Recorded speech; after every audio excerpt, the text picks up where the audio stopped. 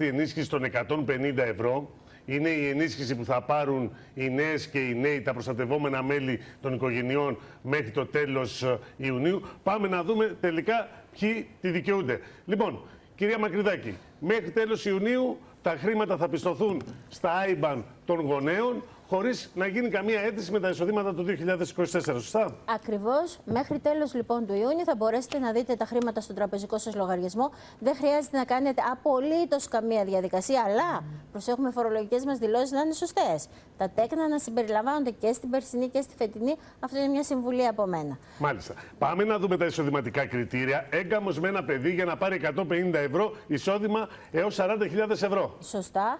Ο έγκαμος με 2 τέκνα 45.000 ευρώ, με 3 τέκνα για να λάβει 450 ευρώ. Αντίστοιχα θα πρέπει να έχει εισόδημα μέχρι 50.000 ευρώ το πολύ, και μονογονεϊκές οικογένειες το μέγιστο εισόδημα που μπορούν να έχουν είναι μέχρι 39.000 ευρώ, συν επιπλέον 5.000 ευρώ για κάθε τέκνο.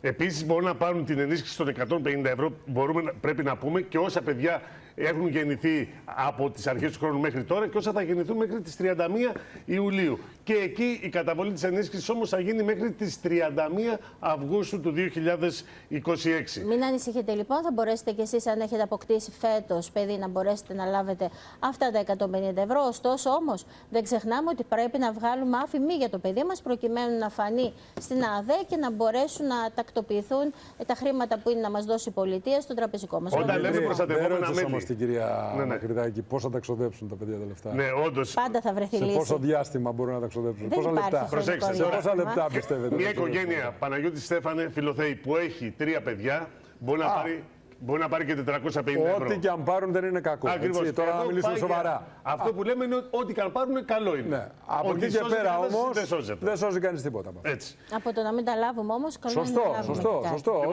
Ό,τι και αν πάρει καλό είναι. Δεν αντιλέγω. Αφού σας είπα τι μπορεί να πάρει μια οικογένεια μέχρι το τέλος του μήνα, να δούμε τώρα πώς μπορεί να ρυθμίσει οφειλές. Διότι τέλος του μήνα, κυρία Μακρυδάκη, έρχεται αυτή η περιβόητη, η πολυδιαφημισμένη ρύθμιση των 72 δόσεων, που θα έχει τη δυνατότητα από τέλος Ιουνίου μέχρι τέλος Δεκεμβρίου κάποιος οφειλέτης να κάνει μια ρύθμιση των οφειλών του. Για ποιες οφειλές μιλάμε?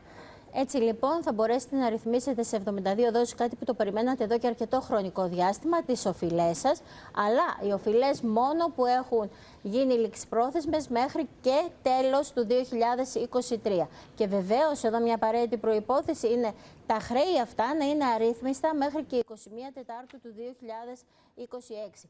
Από εκεί και μετά δεν ξεχνάμε ότι ναι, ρυθμίζουμε εμείς 72 δόσεις τις οφειλές που έχουν γεννηθεί μέχρι και τέλος του 2023, ωστόσο όμως τις υπόλοιπες οφειλές, δηλαδή αυτές του 24, του 25 και τις τρέχουσες που θα δημιουργηθούν, έχετε υποχρέωση ή να τις εξοφλήσετε ή να τις ρυθμίσετε στην πάγια ρύθμιση των 24 δόσεων. Θα δώσουμε και ένα παράδειγμα. Κάποιος που έχει για μια οφειλή μέχρι το τέλος του 23 3.000 ευρώ θα πληρώνει μια μηνιαία δόση της τάξης των 82 ευρώ. Η τόκη σε αυτή την περίπτωση θα είναι 280 ευρώ, με το συνολικό ποσό που πρέπει να καταβάλει να είναι τα 3.280 ευρώ. Αυτό που βλέπουμε όμως, κυρία Μακρυδάκη, είναι ότι κάποιος για να μπει σε αυτή τη ρύθμιση θα πρέπει να έχει, εάν έχει και χρέη μετά το 23, δηλαδή το 24 και το 25, να τα έχει βάλει σε 24 ή 48 δόσεις και να πληρώνει και τις τρέχουσες οφειλές. Δηλαδή θα έχει ένα τριπλό ραντεβού με την εφορία. Βέβαια, εδώ να τονίσουμε ότι σε 24 δόσεις βασικά, γιατί σε 48 μπορούν να μπουν μόνο οι έκτακτες οφειλές. Όπως για παράδειγμα ένας φόρος κληρονομιάς. Οι υπόλοιπες, οι σταθερές, οι συνήθεις οφειλές είναι το πολύ μέχρι 24. Πάμε να πούμε πολύ γρήγορα για τον ακατάσχετο λογαριασμό. Στα 1.600 από τέλος του μήνα, από 1.250 ευρώ που είναι σήμερα. Κάτι είναι και αυτό. Και πάμε πολύ γρήγορα να πούμε και για τις φορολογικές δηλώσεις. Για να πούμε. Πότε είναι η προθεσμία? Μέχρι 15 λοιπόν του Ιουλίου. Να έχετε υπόψη σας ότι δεν πρόκειται να δοθεί καμία παράταση. Είχαμε συνηθίσει παρατάσεις, τέλος πλέον. Ωστόσο, το φορολογικό μας ημερολόγιο είναι αυτό. Έκπτωση 2%, δεν ξεχνάμε, για τις υποβολές που θα γίνουν μέχρι 15 Ιουλίου. Η πρώτη πληρωμή της δόσης είναι τέλος του 7ου. Βεβαίως... Τέλος Ιουλίου. Δόξα τω Θεώ, Παναγία μου, και είχα αγχωθεί. Θα κάνουμε καλοκαίρι και φέτος. Θα κάνουμε. Τέλος Ιουλίου πληρώνουμε. Τέλος Ιουλίου πληρώνουμε την πρώτη δόση. Πρώτη δόση.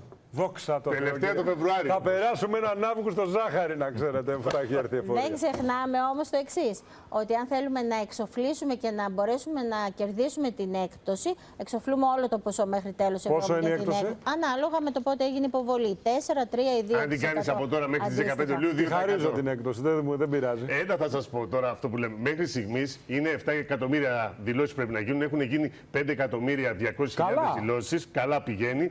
Μέχρι στιγμής ο μέσος φόρος που πρέπει να καταβληθεί είναι 1.840 ευρώ. Καλημέρα Δημήτρη, χαρήκαμε που σας είδαμε. Καλημέρα. Γεια σας κύριε Μαγκελάκη, χαρήκαμε που σας είδαμε.